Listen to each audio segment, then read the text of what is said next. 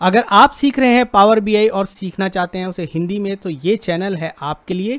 इस सीरीज़ के सारे वीडियो देखिए और सीखिए पावर बीआई हिंदी में। तो जल्दी से इस चैनल को सब्सक्राइब कर लीजिए। नमस्कार दोस्तों, मैं अमित आपका स्वागत करता हूं पावर बीआई हिंदी के एक और वीडियो में। और इस वीडियो में हम सीखेंगे दो डेक्स फंक्शन। जो पहला डेक्स फंक्शन है वो क्वोशिएंट है, जो कि इंटीजर यानी पूर्णांक के डिवीजन से जो भागफल आता है वो देगा आपको।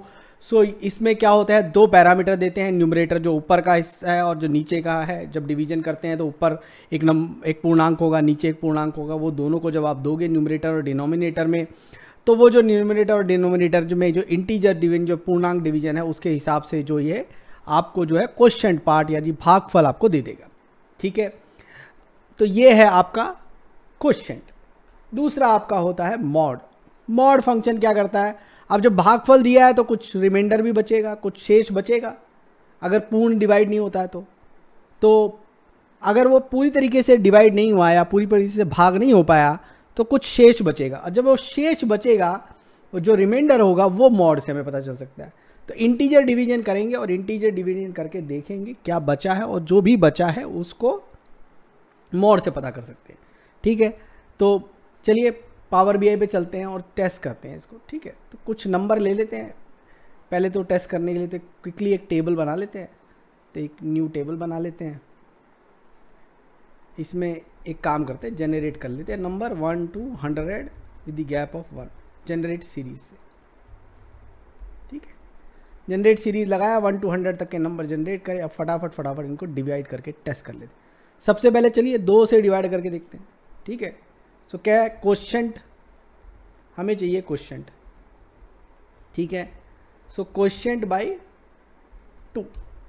तो वैल्यू को 2 से डिवाइड करो और देखो कि कौन कौन से जा रहे हैं।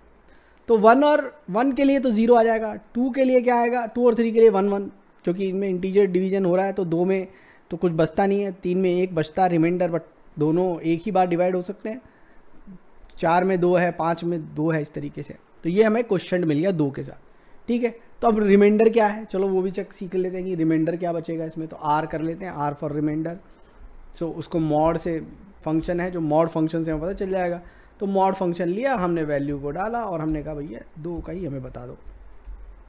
तो हमने 2 से देखो 1 0 1 0 2, कोई भी नंबर से जब हम डिवाइड करते हैं तो उससे छोटा ही नंबर जो है उसके रिमाइंडर्स आते हैं, उससे बड़ा तो आ नहीं सकता।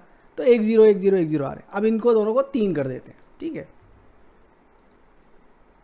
तो इधर तो चेंज हो जाएगी, अब यहाँ पर भी चेंज कर लेते हैं क्वोशिएंट में भी। तो डिवीजन बाई 3, और ये डिवीजन बाई 3 बड़ा इंपॉर्टेंट है, हम यूज़ करते हैं इसको कैलेंडर में। अभी फिर से एग्जांपल लेंगे ये कितना इंपॉर्टेंट है हमें जब क्वार्टर पता करने के लिए, तो इसको हम यूज़ करेंगे। ठीक है, तो क्वोशिएंट जो है 0 1 और 2 जो है उनके 0 आ गए। और ये बहुत अच्छे से ध्यान रखेगा, 1 और 2 का 0 आ रहा है, 3 4 5 का जो है 1 आ रहा है, और 0 होगा तो 0 का भी 1 आ जाएगा। तो इसमें एक काम करते हैं, इसमें सीरीज़ में ना 0 भी डाल देते हैं आपकी, क्योंकि जब मैं ये 0 वाला बताऊँगा क्वोशिएंट में तो बड़ा इंपॉर्टेंट हो जाएगा।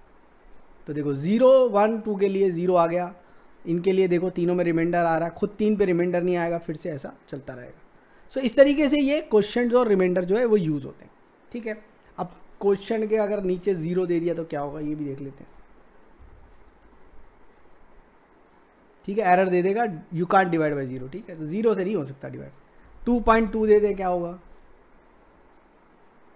ठीक है, काम कर दिया, 2.2 ने भी काम कर दिया। ठीक है, तो ये जरूरी नहीं है कि ये जो नंबर हम दे रहे हैं डिवाइड करने के लिए वो इंटीजर या पूर्णांक हो, वो पूर्णांक होना जरूरी नहीं है। डिवीजन का जो भागफल है वो ये पूर्णांक ही देगा। ठीक है, सिंपल अगर डिवाइड करते तो सब कोई डेसिमल नंबर आता तो वो डेसिमल नंबर में जो डेसिमल के पहले का हिस्सा वो ये दे रहा है। तो ये बेसिक फंक्शन है। अब इसका कुछ यूजेस देखते हैं, स्पेशली कैलेंडर टेबल में देखेंगे हम कैसे इसको यूज़ कर सकते हैं। तो चलिए अपनी डेट टेबल पे चलते हैं, देखते हैं हमारे पास क्या है वहाँ पर। ये डेट टेबल में आप देखोगे हमारे पास क्वार्टर ईयर है, वीक मंथ है, वीक स्टार्ट डेट है, सब कुछ है, लेकिन क्वार्टर स्टार्ट डेट नहीं। और वही हमें बनानी है, उसको ही बनाना हम सीखेंगे, और उसके लिए हम ये क्वोशिएंट वगैरह यूज़ करने वाले हैं। तो चलिए सबसे पहले तो कहानी समझते हैं क्या होती है।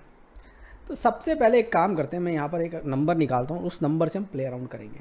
ठीक है, तो वो नंबर है मंथ नंबर। तो ये बहुत इंपॉर्टेंट है, जब भी क्वार्टर बनाएंगे वो सिंपल फंक्शन से आ जाता है। मंथ करके डेट के ऊपर डालो तो हमें मंथ नंबर देता है। आप इसको समझते चले जाइएगा, ठीक है। तो हमें मंथ नंबर, और ये यहाँ पर बहुत सारी कहानी है, तो हम क्या करते हैं यहाँ पर एक जाते हैं, एक विजुअल बना लेते हैं और वहाँ पर ना ये मैं आपको दिखा भी देता हूँ क्या कह रहा है। तो डेट डाल दिया और डेट के बगल में ना मंथ नंबर है उसको भी मैं डाल देता हूँ, ठीक है। इसका 1 है उसके लिए 1 आ गया, इसका 2 है उसके लिए 2 आ गया, इसका 3 है उसके लिए 3 आ गया, ठीक है। सब ये कहानी हो गई। अब मुझे मंथ नंबर है, अब मेरे को इससे तो क्वार्टर स्टार्ट डेट निकालनी है। तो क्वार्टर स्टार्ट डेट कैसे निकालूँ? मेरा पहला जो मंथ है उसकी क्वार्टर स्टार्ट डेट क्या होती है? पहला मंथ ही होती है, मतलब मुझे उसी मंथ की स्टार्ट डेट पे जाना है। हमारे पास एक फंक्शन होता है ईओ मंथ, वो हमें एंड डेट पे भेज देता है। स्टार्ट डेट के लिए हम क्या कर सकते हैं, वो -1 पे जाएंगे, +1 कर देंगे। तो मतलब जब मेरा मंथ 1 है तो एक ही माइनस करना है, ठीक है। तो जो ये महीना है उसमें ईओ मंथ में 1 माइनस कर दूँ तो -1 मंथ हो गया, दिसंबर में पहुँचेगा, 1 ऐड कर दूंगा, जनवरी में पहुँच जाएगा। सेकेंड मंथ में भी सेम कहानी कि भैया ईओ मंथ में 2 दिया, वो एक देता तो जनवरी पहुंचता माइनस में, 2 दिए तो दिसंबर पहुंचा, तो 2 दिए दिसंबर पहुंचा, 31 दिसंबर +1 किया, 1 जनवरी पहुंच गया। प्रॉब्लम आई 3 नंबर के साथ। जब 3 नंबर मेरा आया, और रिमाइंडर की बात हो रही है, ये क्वेश्चन नहीं है, यहाँ पर रिमाइंडर है। जब मेरा 3 नंबर आया तो हुआ गया कि 3 नंबर में जो मेरा ये है क्या बोलते हैं मोड है वो 0 हो जाएगा, क्योंकि वो तो क्वेश्चन आएगा 1, तो मोड 0 हो जाएगा। अब लेकिन जाना तो 3 महीने पीछे है, तो ये कंडीशन हैंडल करनी पड़ेगी, ठीक है। तो समझ में आ गई बात। तो चलो लिखते हैं। तो अब यहाँ पर क्या बोलेंगे हम इसको, एक काम करते हैं, एक वेरिएबल में ना इसका मॉड लेके रख लेते हैं, और ये हम बोल देते हैं मॉड आएगा भैया तुम्हारा 3 से, 3 से मॉड ले लिया। अब क्या करेंगे, अब लिखेंगे रिटर्न स्टेटमेंट। क्या लिखेंगे, अब रिटर्न नहीं लिखते, एक और वेरिएबल लिखते हैं, है ना, फिर लिखेंगे रिटर्न। क्या वेरिएबल लिखेंगे, वेरिएबल में लिखेंगे कि तुम्हें कितना पीछे जाना है, मतलब जो सेकंड वेरिएबल है वो कितना तुम्हारे को यूज़ करना है। तो मल्टीप्लायर बोल सकते हैं, कितना मल्टीप्लाई करना है। तो हम सीधा बोलते हैं -1 स्टार इफ़, कंडीशन लगा दी कि भैया अगर मॉड जो है वो 0 है तो उसको 3 कर दो, अदरवाइज उसको क्या कर दो, जो है वही रहने दो, जितना आया था उतना ही रहने दो। उसके बाद जो है अब हम रिटर्न कर सकते हैं। तो भाई ये कंपैरिजन गड़बड़ हो गया, 0, अगर 0 के बराबर है तो उतना रख दो, अदरवाइज जो है वो रिटर्न कर दो। ये रिटर्न, अब ये रिटर्न क्या करोगे, ईओ मंथ, ठीक है, ईओ मंथ किया, और हमने जो है डेट लगाई, डेट के साथ हमने ये मल्टीप्लायर दे दिया, जो हमने मल्टीप्लाई करके नंबर निकाला +1। अजम्पशन ये है कि ये क्वार्टर स्टार्ट डेट दे देगा, ठीक है। यहाँ पर बनी है, देख लेते हैं पहले, तो कुछ तो डेट आई है, इसको चेक कर लेते हैं, ठीक है। अब यहाँ पर चेक करने के लिए बहुत सारा चाहिएगा, तो मंथ ईयर लगा लेते हैं, और मंथ ईयर के साथ क्वार्टर स्टार्ट डेट जो है वो यूज़ कर लेते हैं। क्या नाम रखा देख लेते हैं, मंथ नंबर ही है, इसको पहले रीनेम कर लेते हैं।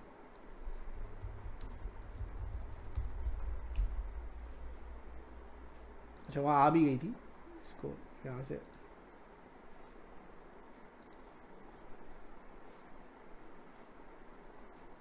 क्वार्टर स्टार्ट डेट, डेट के साथ भी डाल ली, क्वार्टर स्टार्ट डेट मंथ के साथ भी डाल। देखो इन तीनों की सेम है, इन तीनों की सेम है, ये तीनों की सेम है, ये सब। ये तो केस हो गया हमारा जब हमें क्वार्टर बनाना है। ऐसे एंड ऑफ क्वार्टर भी बना लेंगे। अब मुझे एक क्वेश्चन का क्या यूजेज है, इसका क्या यूज़ करूँ, क्वेश्चन कहाँ यूज़ करना है, क्वेश्चन भी यूज़ होगा, क्वेश्चन कम यूज़ होगा। अब क्वेश्चन का यूजेस के लिए क्या है कि देखो, अभी तो मैंने क्वार्टर स्टार्ट डेट कैसे बनाई है, स्टार्ट डेट बना ली। अब मुझे चाहिए ये कौन सा क्वार्टर है ईयर का, क्वार्टर स्टार्ट डेट तो मिल गई। एक तरीका तो क्या है कि भाई क्वार्टर स्टार्ट डेट को जो है सिंपल माइनस कर लो और नंबर ऑफ क्वार्टर में डिफरेंस निकाल लो, एक तो ये तरीका है, तो वो हमें क्वार्टर मिल जाएगा। तो वो ज़्यादा अच्छा एग्जाम्पल नहीं हुआ। हम एक काम करते हैं, हम निकालते हैं वीक। वीक क्या होता है, तो वीक निकालने के लिए मुझे वीक चाहिए। मुझे क्या चाहिए, सबसे पहले तो मैं ये साल कौन से वीक से स्टार्ट हुआ वो निकालूं, ठीक है। वीक स्टार्ट डेट कौन सा मंडे था, और मंडे इस साल में होना जरूरी नहीं है, ठीक है। तो ईयर वीक स्टार्ट डेट कैसे निकलती है, ईयर वीक स्टार्ट कैसे निकलती है, तो जो साल की जो सबसे पहली डेट है ईयर स्टार्ट डेट, उससे हमें निकालना होता है। और ईयर स्टार्ट डेट मैं आपको बता दूं, एक वेरिएबल में मैं आपको बताता हूँ, वेरिएबल में डाल देते हैं उसको underscore ST is equal to EO month date comma minus month, जो भी मंथ है उसी को डेट में डाल के माइनस कर दो EO मंथ में। जैसे 1 था तो 1 माइनस कर दें, 2 था 2 माइनस करेंगे, 3 है तो 3 माइनस, सब दिसंबर में पहुंचेंगे और फिर +1 कर देंगे, तो ये जो है मुझे ईयर मिल जाएगा। एक बार इसको रिटर्न कर देते हैं, ठीक है, इसको रिटर्न कर देते हैं अंडरस्कोर ST। तो ईयर वीक स्टार्ट डेट कहाँ चलेगी, कमिट मारना पड़ेगा, कमिट मारा, अभी देखते हैं आ गई। इसको भी चेक कर लेते हैं भाई, ये क्या आ गई, ईयर वीक स्टार्ट, ठीक है, तो ईयर आ गया। बट अब ये ईयर स्टार्ट नहीं, अब ये साल तो मंडे को स्टार्ट हो रहा था, तो ठीक है, अगला साल मंडे को स्टार्ट नहीं हो रहा है, इसकी 1 जनवरी 2019 नहीं आनी चाहिए। अब इसकी क्या आनी चाहिए, उसके लिए लॉजिक लगाना पड़ेगा। लॉजिक क्या होता है कि जो भी मेरी 1 तारीख हो उसको वीक स्टार्ट मंडे पे पॉइंट कर दो।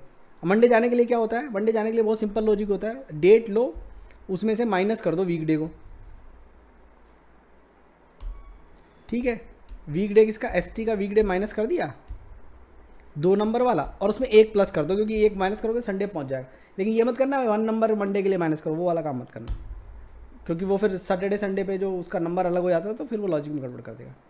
तो अब ये जो हो ना, ये 31 पे पहुंचे, 31 मंडे है, ठीक है, सो 31 क्या है, वो मंडे है, तो वो ये मंडे ये स्टार्ट हुआ। अब इसके बेसिस पे मेरे क्या होंगे, वीक कैलकुलेट होंगे। अब जैसे आपको कोई कस्टम वीक चाहिए हो या कोई भी वीक कैलकुलेशन करनी हो कि भाई मुझे तो अब ये करनी है, तो अब क्या करोगे, अब वीक नंबर कैसे निकालोगे, तो वीक नंबर निकालने के लिए क्या चाहिए, अब ये तो आ गया सब डेटा। अब ये इसमें टेबल में अच्छी बात क्या है, यहाँ पर मेरे ऐड कॉलम पहले से ही हो रखा है यहाँ पर, तो मैं यहाँ जाऊँगा, ऑल्ट एंटर, ये बंद किया। अब मेरे पास एक ईयर वीक स्टार्ट डेट है और एक मेरी डेट है खुद, है नहीं कि नहीं है, तो मैं यहाँ गया वीक नंबर ऑफ ईयर बोल दिया, यहाँ एक कॉमा चाहिएगा, ठीक है। कैसे निकालेंगे, डेट डिफ,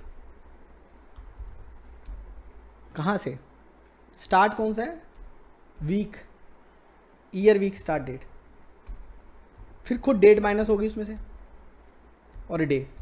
अब इसमें एक खास बात क्या होती है, जो पहली डेट होती है ना उसके लिए 0 आता है, तो 0 1 2 3 4 5 6 आएगा, और हम ये 0 को हटाना नहीं चाहते, क्योंकि जब हमने डिवाइड किया तो हमने देखा था 0 1 2 3 के लिए हमें 1 चाहिए, तो हमारे लिए बहुत अच्छा है कि ये 0 आ रहा है, इसमें +1 नहीं करेंगे, जब डिफरेंस निकालते हैं तो +1 कर देते हैं, लेकिन यहाँ नहीं करेंगे। तो ये तो हमें डे देगा कौन सी, वो start date of the year, week start date of year से डिफरेंस देगा, लेकिन ये वीक नंबर नहीं है। तो वीक नंबर बनाने के लिए क्या करना पड़ेगा, वीक नंबर बनाने के लिए क्वेश्चन निकालना पड़ता है, तो फिर हम बोलते हैं क्वेश्चन, तो क्वेश्चन करेंगे, और क्वेश्चन किससे, 7 से, 7 दिन का होता है। ऐसे ही अगर आपको वो 28 डेज वाला मंथ बनाना तो वो भी सेम यही लॉजिक लगते हैं उसके। अब लेकिन जब क्वेश्चन आया तो वीक नंबर 0 नहीं होता, अब वीक नंबर 1 हो सकता है, तो वो हमें 0 to 6 बहुत सूट कर रहा था, लेकिन अब वो 0 to 6 सूट करने की जरूरत नहीं, अब हम 1 नंबर 1 कर देते हैं, ठीक है। तो अब ये जब वीक नंबर आएगा तो week of year question by 7 date diff, year ले लिया हमने, ईयर नहीं आना है, वीक स्टार्ट ईयर आना। देखो कुछ भी गड़बड़ लेंगे तो गड़बड़ हो जाएगा, कौन से वीक स्टार्ट डेट जो है उसको लिया और उससे हमने डिफरेंस निकाला, और ये देखो ये 27 दिखा रहा है, बट अपन यहाँ पर चलते हैं, पहले यहाँ चल के यहाँ पर इसको पुटअप करके देखते हैं कि वीक कहाँ है हमारा, क्या नाम क्या रखा है उसका, वीक नंबर ऑफ ईयर।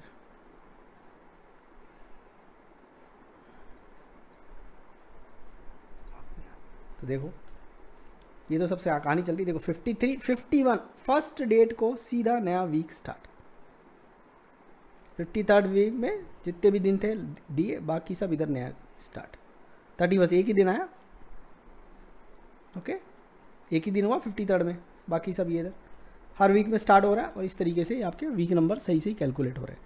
तो कभी कभी हमारे को ट्यूसडे पे चाहिए, वेडनेसडे पे चाहिए, बाय स्टैंडर्ड अवेलेबल नहीं है, तो ये तरीके से आप कर सकते हैं। और बाकी वो कैसे करने हैं, ट्यूसडे वीक वगैरह उसके लिए ब्लॉग है और वीडियो भी है चैनल पे, कौन से डे का वीक है, तो वो वीडियो आप देख लीजिएगा और उससे बना लीजिएगा। तो ये है मोड और क्वेश्चन, और बहुत बड़ा रोल होता है आप जितने भी मेरे वीडियो देखेंगे और जितने मेरे ब्लॉग देखेंगे, जब मैंने कस्टम कैलेंडर क्रिएट किए हैं, उसमें सबसे ज़्यादा यूज़ जो हो रहा है वो मोड और क्वेश्चन का हो रहा है। तो ये दोनों जो फंक्शन है ये बहुत अच्छे से सीख लो और इनको अच्छे से प्रैक्टिस कर लो, क्योंकि स्पेशली 3 से डिवीज़न, 28 का डिवीज़न, 7 का डिवीज़न, ये और 364 का, जब 364 वाला रोलिंग कैलेंडर होता है, 364 का, 28 का, 7 का, ये सब बहुत काम आएंगे। तो इनसे जितने भी कस्टम कैलेंडर है वो बहुत सारी कैलकुलेशन इससे होगी, क्योंकि हम ईओ मंथ को यूज़ करते हैं बहुत बार और ईओ मंथ से ये आगे पीछे कर लेते हैं। अब जब वो बहुत कस्टम होता है, 28 दिन वाला होता है, तो थोड़ी दिक्कत होती है, उसमें फिर पूरी कैलकुलेशन अलग से करनी पड़ती है। सबके वीडियो है चैनल पे इंग्लिश वाले में, तो उनको देख लीजिएगा। और बताइए इस सीरीज़ में आपको क्या दिखाएं। इस वीडियो को देखने के लिए धन्यवाद।